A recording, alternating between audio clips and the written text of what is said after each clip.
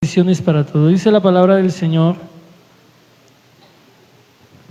porque Cristo, cuando aún éramos débiles, a su tiempo murió por los impíos. Ciertamente apenas morirá alguno por un justo, con todo pudiera ser que alguno osara morir por el bueno. Mas Dios muestra su amor para con nosotros, en que siendo nosotros aún pecadores, Cristo murió por nosotros. Verso 9. Pues mucho más, estando ya justificados en su sangre, por él seremos salvos de la ira. Bien pueda, mi hermano, póngase cómodo por unos momentos. Quiero traerles una reflexión. Efectos de la justificación. Los efectos que produce ser justificados. Para hablar un poco acerca de lo que es la justificación, nosotros tenemos que saber por qué somos justificados. Y no nos podemos remitir a la historia de los inicios de la humanidad. El Señor creó todo, creó a Adán, creó a su compañera y ayuda idónea. Y usted conoce la historia de cómo fue engañado, cómo creyó a la mentira de la serpiente. Y la comunión que tenía el hombre en su inicio con Dios era tan grande, pero luego con el pecado, con la desobediencia, esa intimidad, esa relación tuvo una ruptura. El ser humano, con desobedecer, dejó entrar el pecado, y con el pecado la muerte. Por ende, de ahí en adelante todo el ser humano estuvo con una deuda. Yo siempre he dicho eso, tuvo una deuda, estaba hipotecado con el Señor Jesús, con nuestro Dios. Una deuda tan grande que no la podía pagar. Usted encuentra de ahí para allá los sacrificios, y algunos se preguntaron de dónde vinieron los sacrificios. La respuesta está en el mismo libro de Génesis, que cuando Adán y Eva pecaron, ellos quisieron tapar su vergüenza con unas hojas, y el Señor, por ende, les puso unas pieles de animales, sacrificó unos animales, derramó la sangre de unos animales y los cubrió con pieles de animales. Y de ahí en adelante, todo el proceso, empezaron a haber dispensaciones de la inocencia, del reino, de la ley. Y con el conocimiento de la ley se dio a conocer también lo que era pecado. El hombre vino a conocer que era pecado en la dispensación de la ley. Pero entonces todos esos rituales tenían en consecuencia cubrir el pecado por un año al menos, porque, como lo decía, la relación, la intimidad y la comunión entre el hombre y Dios tuvo una ruptura. Siempre el hombre trató de agradar, inclusive en otras mitologías y en otras historias, el hombre siempre ha tratado de agradar a un ser supremo a punta de sacrificios. Y el pueblo de Israel de la misma manera intentaba cubrir su pecado para tener una relación con Dios al menos por un año. Esa fue la razón por la cual vino el Señor Jesús, porque no había nadie que llenara los requisitos, ningún ser humano que pudiera llenar los requisitos que se necesitaban para no espiar más animales, ni degollar, ni matar, sino cubrir el pecado de la humanidad por siempre. Y Dios, que es tan bueno y misericordia, que es tan poderoso y bondadoso, Él mismo se manifestó, y usted conoce la historia, que derramó su sangre en la cruz del Calvario por el perdón de los pecados de toda la humanidad.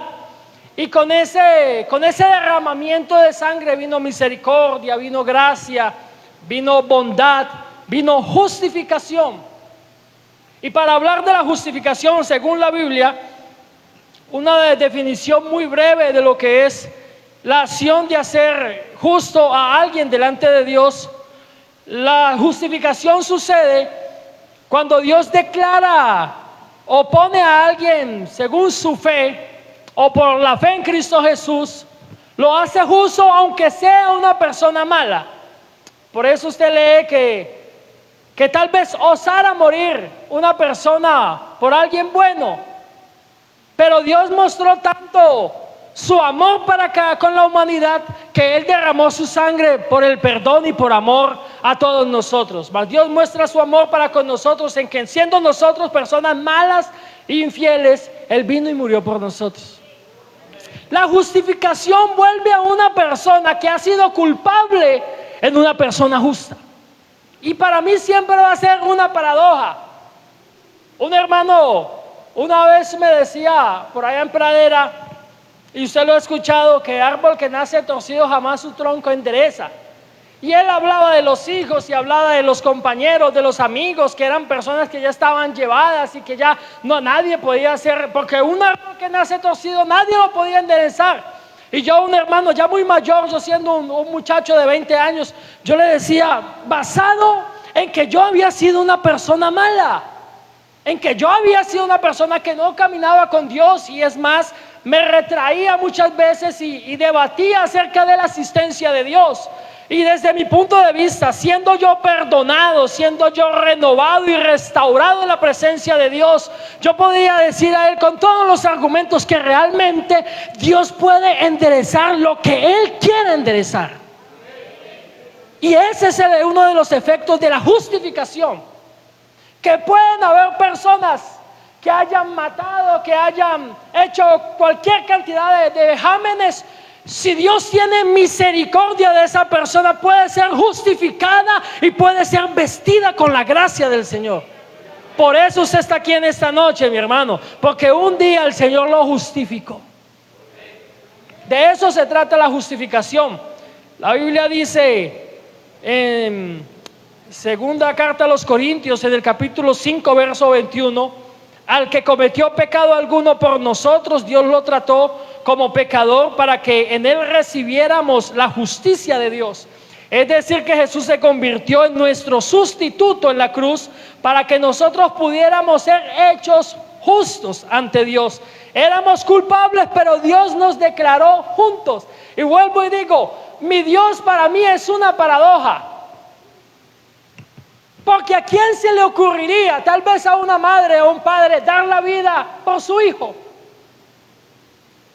Que tal vez lo vayan a intercambiar y necesiten la vida, sacrificar algo, ella puede, o él puede sacrificar la vida tal vez de un ser amado. Pero Dios es tan bueno que Dios no escatimó entregar su vida, porque si hay algo que hay que entender es que usted y yo merecíamos todo lo que merecía el Señor Jesús. Según nuestra conciencia aquí en esta noche, todos nosotros merecíamos lo que merecía el Señor, porque la Biblia dice que el Señor fue sin mancha, el Señor fue sin pecado, el Señor fue perfecto. No se halló ningún tipo de imperfección en el Señor Jesús para que Él tuviera que morir por David Quinayas, que era malo. Amén. Y el creer en el Señor, si hay amigos aquí en esta noche, el creer en el Señor nos trae a nosotros justificación. Y al ser humano, eso lo comprendimos nosotros en cierta ocasión cuando le creímos al Señor, que el ser humano necesita humillarse en los pies del Señor. El ser humano necesita reconocer la necesidad de un Salvador para su vida. Todos entendemos que Dios es amor, que Dios es justicia, que Dios estableció la justificación, que es el acto judicial, que por medio de él Dios declara justo a alguien, al hombre pecador, quien por medio de la fe acepta el sacrificio de Cristo. ¿Cuáles son las consecuencias de la justificación? El hombre es enemigo de Dios. La Biblia dice, hace unos días estaba hablando de eso, la Biblia nos dice que Dios no la va con todo el que es amigo del mundo.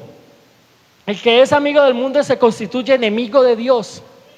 Amén.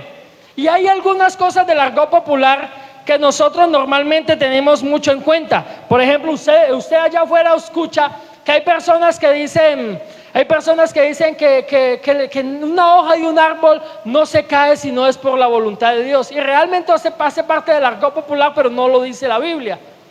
También hay quienes dicen por ahí, hasta nosotros lo hemos mencionado, que Dios ama al pecador, pero aborrece el pecado. Y eso usted lo ha escuchado, pero todas esas cosas son cosas que tal vez ni siquiera son ciertas. ¿Por qué? Salmos capítulo 11, verso 5. Porque Salmos capítulo 10, 11, verso 5. Jehová prueba a los justos, pero al malo y al que ama a la violencia, su alma aborrece. Y usted puede encontrar cantidad de cosas. Proverbios capítulo 3, verso 23. Proverbios capítulo 15, verso 29. El hombre sin Dios siempre va a estar en continua enemistad con Dios. Yo sé que usted ha cantado, Dios no rechaza oración, oración es alimento, pero yo le puedo mostrar que son cosas del argot popular, porque Dios rechaza oración. Y si la Biblia me dice siempre me va a decir que Dios aborrece al impío, que Dios tiene de lejos al impío, que Dios aborrece al que no está con él. Pero ¿qué es lo que pasa con nosotros? Que nosotros le creímos a Dios y que en vez de ser aborrecidos, nosotros podemos entrar dentro de la justificación y estar en paz con Dios. Que es uno de los efectos de la justificación, estar en paz con Dios. La Biblia dice en Romanos capítulo 1, justificados pues por la gracia, tenemos paz para con Dios. ¿Qué es ser enemigo de Dios? ¿Qué es no es estar en paz con Dios? Vuelvo y retomo otra vez los sacrificios, y es un tema que a mí me gusta y lo he expresado mucho en las refanes, cuando le hablo a los amigos que nos escuchan, del sacerdote que entraba una vez al año a hacer el sacrificio y tenía la oportunidad de ingresar al lugar santísimo con el sacrificio que se hacía en el altar y con la sangre que se derramaba en el propiciatorio. Pero el sacerdote, a pesar de que entraba, tenía la posibilidad, tal vez el único, de entrar al lugar santísimo, entraba con cierto temor. Porque repito, el hombre es enemigo de Dios. Y cada año el pueblo, con la zozobra de recibir misericordia, de recibir perdón, amarraban unas cuerditas, un lazo, para saber de pronto si el sacrificio era recibido. Sonaban las campanitas, ya usted eso lo ha escuchado, lo ha leído. Y si las campanitas no sonaban, entonces el sacerdote había muerto y con el lazo lo jalaban. Pero siempre con la zozobra de que el sacrificio fuera recibido. A diferencia de nosotros. Porque todos los que estamos aquí tenemos que entender que si somos justificados, ya no somos enemigos de Dios, tenemos una amistad, tenemos una relación con Dios. Justificados pues por la gracia, tenemos fe para con nuestro Dios, tenemos paz para con nuestro Dios.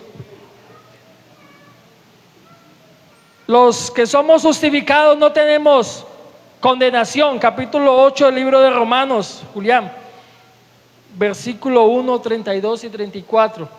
Romanos capítulo 8, verso 1. Entonces ya sabe que usted está en paz con Dios. Todos tenemos que saber qué relación tenemos nosotros, a diferencia de las personas que no han conocido a Dios. Y si hay personas que de pronto aquí aún no le han entregado su vida al Señor, déjenme decirle que solamente en Dios nosotros encontramos paz y ya no somos enemigos de Dios. Dice la palabra del Señor: ahora pues ninguna condenación hay para los que están en Cristo Jesús, los que no andan conforme a la carne, sino conforme al Espíritu. No hay una zozobra de condenación. El ser humano desde la antigüedad hasta ahora está esperando una sentencia que ya está declarada. El que creyere y fuere bautizado, ese será salvo, pero el que no cree, es enemigo de Dios, es condenado. Y el libro de Romanos, la carta a los Romanos, también nos dice que la dádiva de Dios es vida eterna y que la paga del pecado es la muerte. Porque hay una sentencia declarada, una sentencia espiritual que se ha dado para el que no le cree al Señor. Por eso tenemos un mandato nosotros de ir por todo el mundo, de predicar el evangelio a toda criatura. Y todos los que hemos creído, entonces encontramos en Jesús salvación. Pero lastimosamente, hay veces nosotros somos muy sensibles con esto y lo tratamos con delicadeza, pero la Biblia es correcta y la Biblia es radical cuando dice: el que no cree, entonces tiene una sentencia. Pero el que le cree al Señor, entonces acepta la dádiva de Dios, que es vida eterna en Cristo Jesús, Señor nuestro. No hay condenación para nosotros, los que le creemos al Señor. Recuerda que nosotros éramos malos, que nosotros no merecíamos la vida, que merecíamos la sentencia, pero entonces Jesucristo nos justificó y nos dio la oportunidad tan grande de ser llamados sus hijos, de ser hechos hijos de Dios. No tenemos condenación. Número 3, la justificación trae para nosotros el ser muertos al pecado. Gálatas, el capítulo 2, verso 16, 19 al 20. Capítulo 2, verso 19 al 20. Dice la palabra de Dios: porque yo por la ley soy muerto para la ley, a fin de vivir para Dios. Con Cristo estoy juntamente crucificado, y ya no vivo yo, mas Cristo vive en mí. Y lo que ahora vivo en la carne, lo vivo en la fe de Dios, el cual me amó y se entregó por mí. La justificación trae paz, la justificación trae que no somos condenados, y la justificación trae de que nosotros somos muertos al pecado. Había un hermano por allá en Pradera, un diácono, que él siempre nos aconsejaba a nosotros: si ustedes le creyeron al Señor, si ustedes le caminan al Señor, todos los días deben de saber de que ustedes deben ser muertos al pecado. ¿Por qué? Porque ya no viven ustedes, nos decían él. Ya no viven ustedes. Ustedes tienen que entender, y todos tenemos que entender, que ya no vivimos nosotros, que hay una potencia que gobierna nuestras actitudes, que gobierna y nos direcciona a nosotros. Y no es otra cosa sino Jesucristo mismo habitando dentro de cada uno de los que estamos aquí. Por eso siempre tiene que reñir, hermana Miriam. Cuando hay un pensamiento, cuando hay algo que nos jala al pecado, tiene que reñir algo dentro de nosotros, tiene que mover algo nuestra estructura si realmente estamos con Dios, porque nosotros caminamos en este mundo, pero nosotros no somos de este mundo. Nosotros no pertenecemos aquí. Una vez que aceptamos al Señor, que el Señor nos perdonó, que el Señor nos entregó algo que está dentro de este vaso de barro, entonces desde ahí nosotros morimos al mundo. Por eso somos sepultados en el bautismo y somos otra vez regenerados por medio del Espíritu, para que cuando nos movamos en este mundo entendamos que nuestra ciudadanía no es de aquí, que aunque tengamos cédula, libreta, tal vez tarjeta de identidad, pertenecemos al reino de los cielos. Amén. Porque somos justificados, porque somos santificados, porque somos limpiados. Y número 4, tenemos una herencia con Cristo. Romanos capítulo 8, versos 16 y 18. Dice que el mismo Espíritu da testimonio a nuestro espíritu que somos hijos de Dios, y si hijos, también herederos. Y si herederos de Dios y coherederos con Cristo, si es que padecemos juntamente con Él, para que juntamente con Él seamos glorificados. Pues tengo por cierto que las aflicciones, dice el apóstol Pablo, del tiempo presente no son comparadas con la gloria venidera que en nosotros ha de manifestarse. Nosotros no somos personas por ahí que debemos mantener amilanadas, atemorizadas, con miedo en todo momento, pensando que las cosas de allá son muchísimas mejores que las de acá. La epístola a los Hebreos nos cuenta que Moisés, siendo una persona afamada en su tiempo, esperando ser uno de los faraones y potencias en el imperio egipcio, él despreció todo eso porque él tenía puesta su mirada en el galardón. Y la relación con Dios nos pone una meta que es el galardón, que es la corona de vida. Puede ser que vengamos nosotros al culto y que nos sentemos y que lo veamos muy cotidiano muchas veces, pero nosotros aquí nos estamos preparando porque tenemos puesta nuestra mirada en lo que Dios tiene para nosotros en gloria. También nos dice la palabra de Dios, Mateo capítulo 13, verso 43. Entonces los justos resplandecerán como el sol en el reino de su Padre. Mateo capítulo 25, verso 46.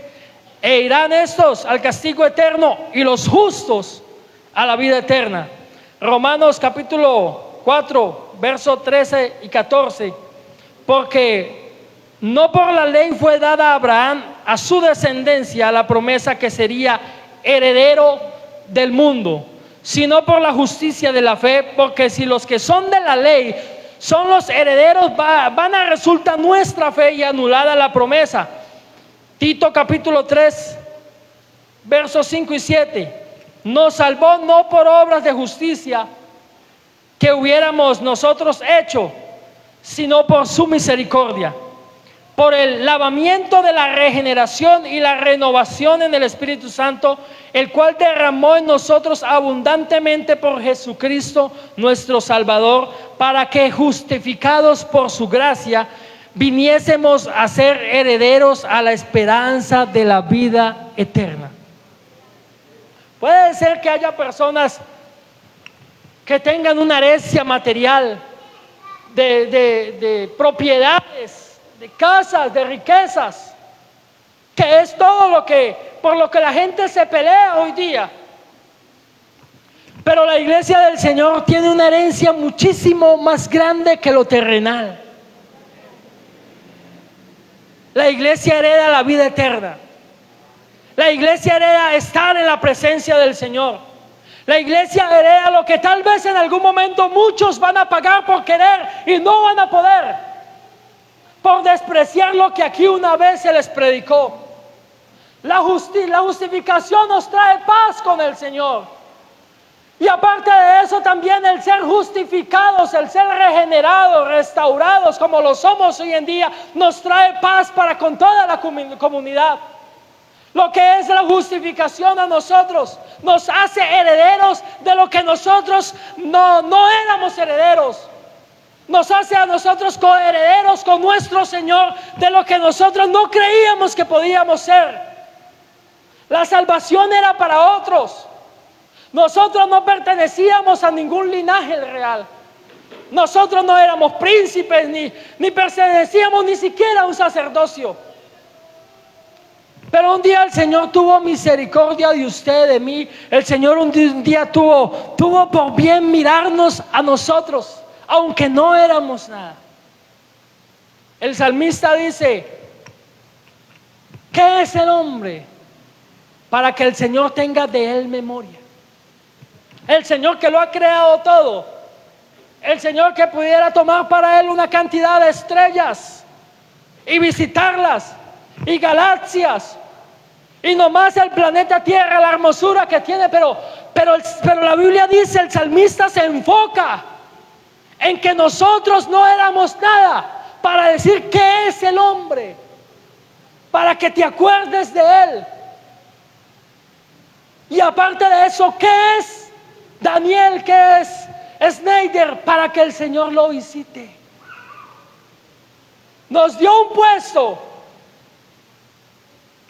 en toda la creación que nosotros no merecíamos, que nosotros no imaginábamos. Yo recuerdo cuando algún hermano me evangelizaba, personas desconocidas que me hablaban y yo los encaraba y le decía una cantidad de barbaridades que hoy me siento avergonzado de las cosas que le decía, inclusive a mi padre. Y yo soy una persona que soy clara y sincera. Yo merecía morir. Induje a muchos muchachos a la drogadicción y todas estas cosas. Que quién sabe, algunos salieron cuando yo les pude testificar de lo que Dios había hecho por mí. Y algunos se quedaron. Pero ¿quién soy yo para que el Señor me haya dado el privilegio de la salvación? En esos días en clase de instituto hablaba con uno de los profesores y yo le decía a él que tenía una apreciación de alguna de las cartas donde el apóstol, tanto Pablo como Pedro, compartían esas cartas de amonestación a las iglesias. Hermanos, si usted lee esas cartas, las cartas paulinas, y usted se da cuenta que la cantidad de problemas que tenían las iglesias en su tiempo, para que el apóstol tuviera que tomarse el tiempo de escribir para amonestar, para aconsejar, para direccionar. Y muchos de ellos no tenían las escrituras como nosotros las tenemos. Nosotros hoy en día podemos mirar la carta a los Efesios, mirar lo que enseña en doctrina y lo que afirma, mirar la carta a los Gálatas, mirar la carta a Tito, a Timoteo, cartas pastorales que nos sirven como dirección para los liderazgos, para mantenernos como iglesia. Y yo miro todo eso y aprecio todo eso y tengo que decirle, el Señor es tan grande que nos permite a nosotros mirar lo que la iglesia primitiva no pudo mirar, para saber comportarse como iglesia, como esposa y como hijos de Dios. Y nosotros aún tenemos un privilegio más grande y tenemos también una obligación tan importante de comportarnos mejor que todos ellos. Nosotros podemos leer de la justificación lo que ellos no pudieron leer.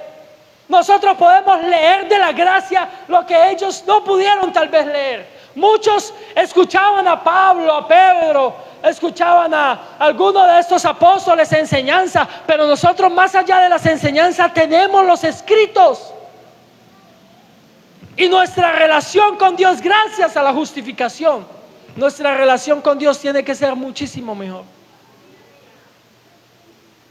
Nosotros ya no somos enemigos de Dios, nosotros somos hijos.